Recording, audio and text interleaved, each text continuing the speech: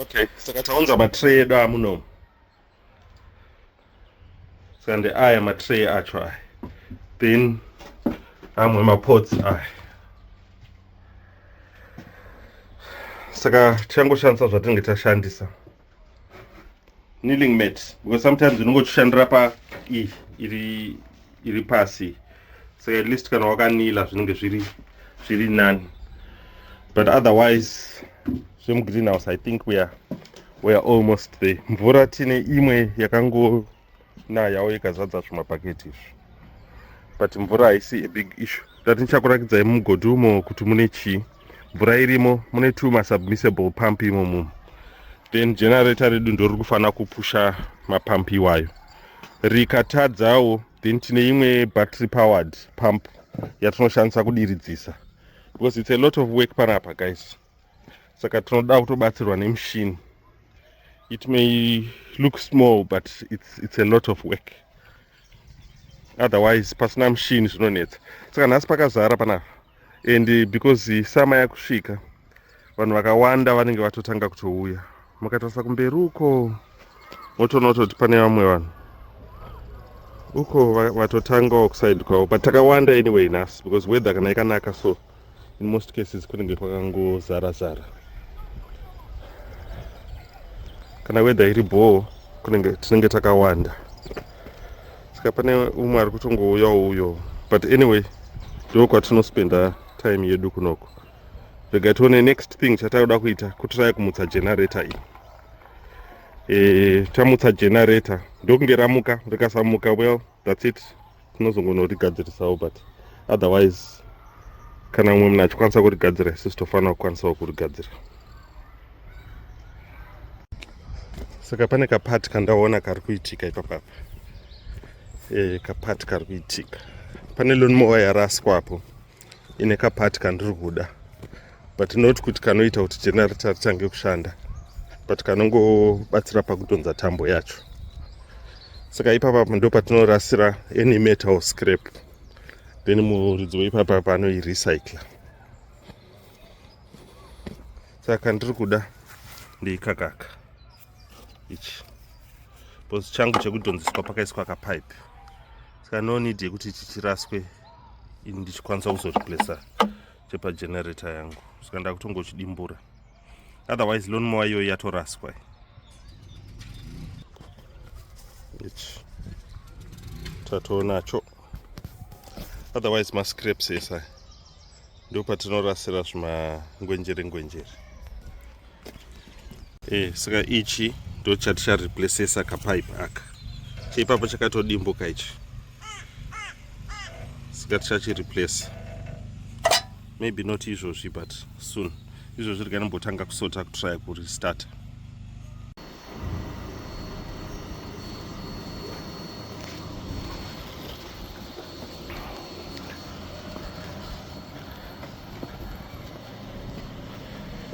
Guys, saka apa takuassembla mudziyo mutsva. Taubvisa mubox. Manje unenge ready to go, then toutakura toenda nawo kumunda. Generator yaramba kumuka, saka takutongoita zvekurima first.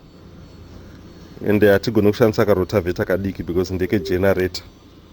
Anyway, ichaita one way or the other. Tichi assembly. Right. Tapedza assembly, tasvika kuallotment takuoffload. To-offloada then totanga kurima. Day 1 totanga kurima.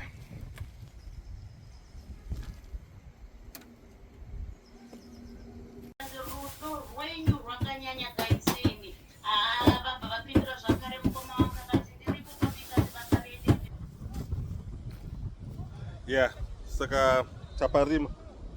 Kwasara kumukwacho kuseru. Ndikurakidzei.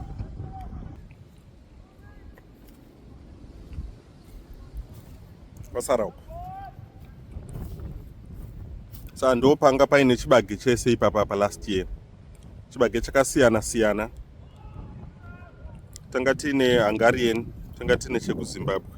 chinonzi nzou, chikaita mazimguru mahombe. Tanga tiine chimwe futi chekuamerica ndakaona chinonzi zita racho. Chainaka stereki ichocho manje, zvokuti this year ndikatopreferya kurima ichocho chakati one day. But anyway, maybe hatisi kuzoisa chibage chakawanda sechatakaisa last year. Tenge tichingoona. Ndoda kuwanza zvimavheji. Saka apa parimika. Iri kurima mushe rotavheta yacho asi iri kuti jambei. Painongosangana nepanga paine chigutswa kana kuti neground rakaomarara. Inoti jambei, but otherwise kurima iri kurima hayo mushe. Saka rega ndijambe ndibva ndatanga kurima kuside because nhasi ndo yanga iri plan yacho. But anyway, zvekuita zvakawanda. Pane ma-raised beds manyowana ada kuassemblwa then obva afilwa. I'm sure takazvinonokera manyowa euko anenge apera. Saka for now zvakanipedzise kurima pandisati ndaassembla. Maybe ndomaasembla mangwana. Nhasi Saturday, saka at least mangwana tiri available futi kucontinue.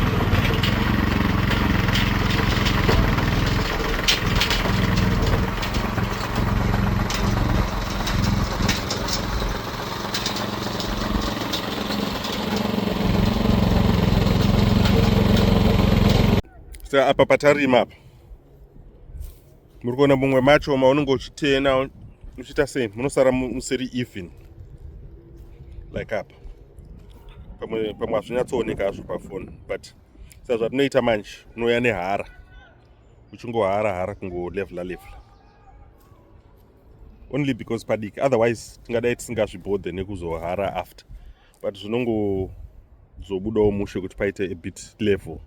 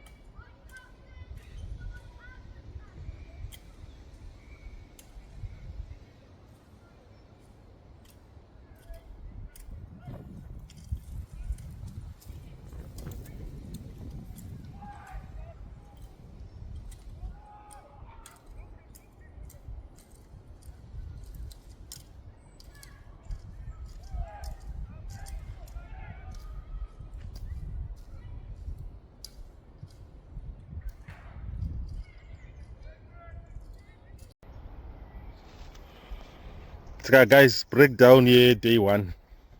This is what we managed to accomplish. Amen. Ndime chirungu. Tarima munda wedu. Plot 3. So plot 3 tairima. Ndio iyi. Plot 3 yedu.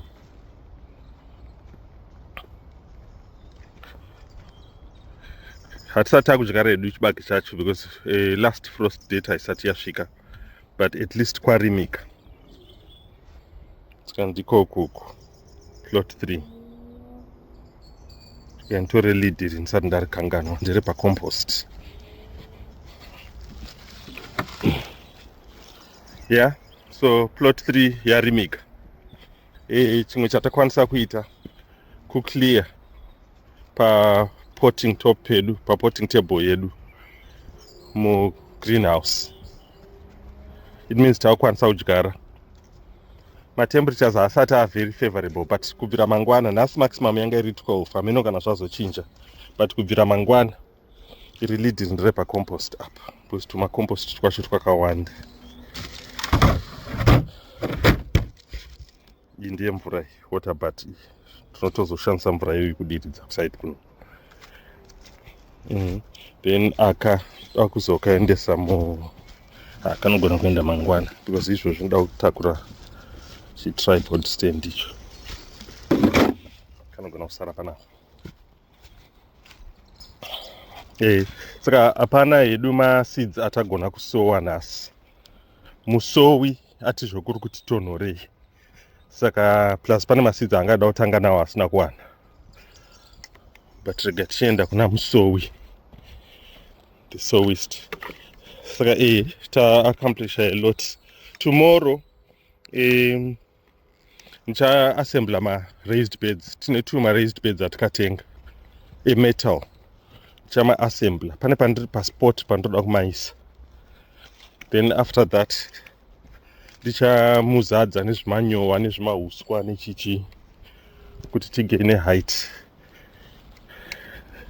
Then kana tagena height toisa compost pamusoro ready for planting. Hapana hedu chatiri kumhanyira. Vanorima magarlic nemaonyeni vamwe vakarima. Isusu tichaisawo garlic neonyeni. But season yazvo yakati rebei. Saka hazvisi zvinhu zvokunyanyotyira kuti tanonoka. Iyi generator yaramba kumuka. Generator iyi 100 pounds iyo iyi.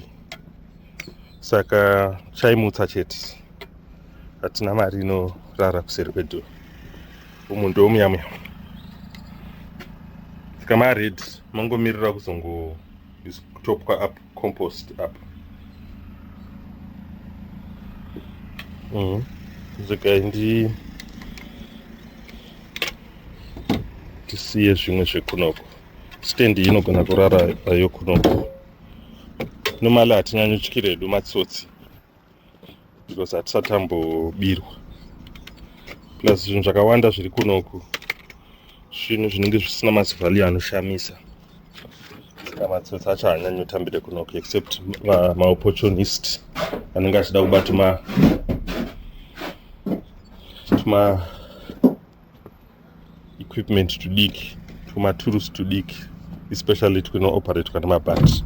Iyi ndongoifugidzai, inogona kungorara ipapa, hapana chandombotyira. Haisi kushanda saka should be okay. Izvi zvinogona kupindawo. Then hara nefork tozviisa kune kamwe kasitoro maka.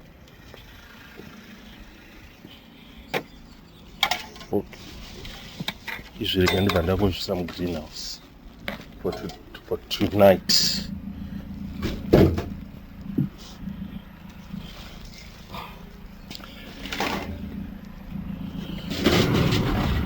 See you tomorrow, greenhouse. Wanganoti greenhouse, wanganoti glass house.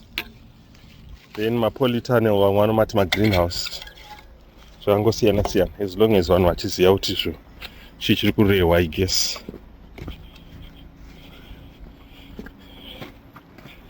Saka mamwe ma-counterparts vanga vasingabatike havo, but varipo pa-area vakatomirirawo kuti tipedze tiende kumba. Saka time yacho yatokwanawo zvayo. Iyi ndo imwe storeroom yedu iri all over the place. All over the place. Saka mune ma-fertilizer, mapendi, ma-tools. Ende ma-tools acho ane musoro mamwe acho akawanda. Ndimuri kuona? Iyi piki. Ende good quality manje iyoyi. Kana uinayo munhu. But tatongojaira kuisiya kunoko. and nokuti makangodaro mukashoma kuti munhu afunge kuti mune chinhu chine musoro. Anyway, that's it for today, guys. Kia. Alright, guys, thanks for watching. Tonana mangwana takuenda kumba, then todzoka mangwana tichisimudzira. Saka homesteading. Homestead because togona urara muimba iyi. Handi pa homestead pano paunogona kuita livelihood yako uri uchiwana chikafu nemvura uchizvirimira zvinhu zvako. Saka pana panogona kudaro. Mvura tinayo, mvura iri handina kuzokurakidzai ichi but ndichakurakidzai. Rambai muchiona mavidhio anaya munoziva kuti chii chiri kuitika. I think iyi ndichangoisa one of maningi kuti isanaiwe. But that's it for today, guys. Thanks for watching video iyi. Moramba muchiona mamwe acho muchiona kuti tiri kuita allotmenting / homesteading sei kunoko. And kana paine anything chamunenge madzidzawo, that's good. Kana pasina ndizvo zvengonai munakidzwe kana muchifarira maprogram akadai so. Thanks, bye.